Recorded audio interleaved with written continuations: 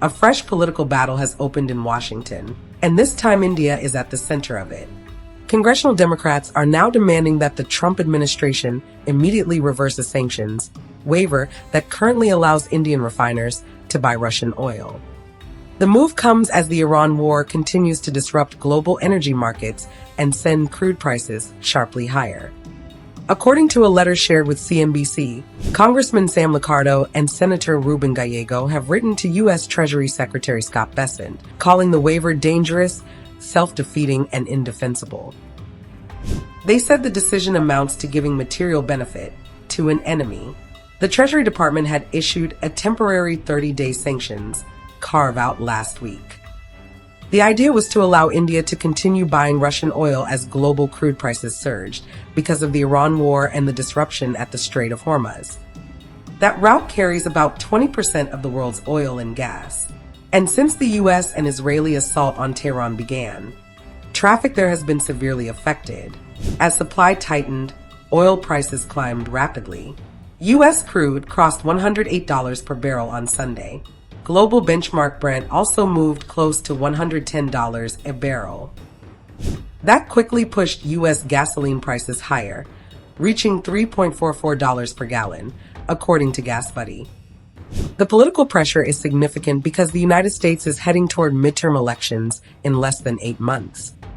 These elections could decide whether Democrats take control of the House and Senate. And rising fuel prices are already hurting President Donald Trump politically. Polls show growing voter dissatisfaction with his handling of the economy.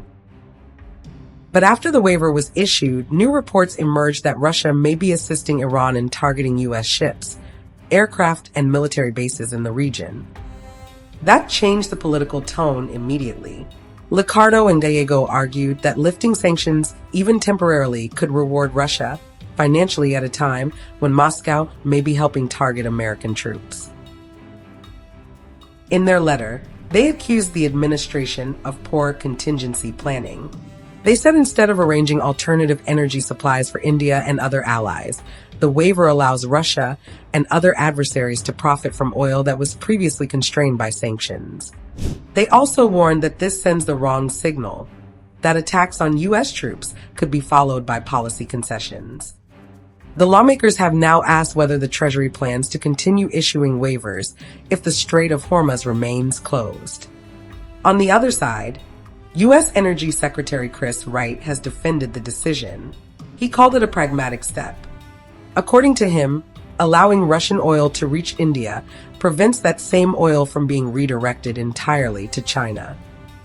He said the goal is to ease short-term price spikes until U.S. military objectives in Iran are achieved. When asked about reports of Russian intelligence sharing with Iran, he said there have been rumors, but no confirmed proof so far. India is now the world's third largest energy consumer and one of the biggest drivers of future global demand. It is also the world's third largest oil consumer and importer. India imports more than 85% of its crude oil needs. That means every major shift in India's buying pattern directly affects global oil prices. India also became a major buyer of discounted Russian crude during the Ukraine war, reshaping global trade routes.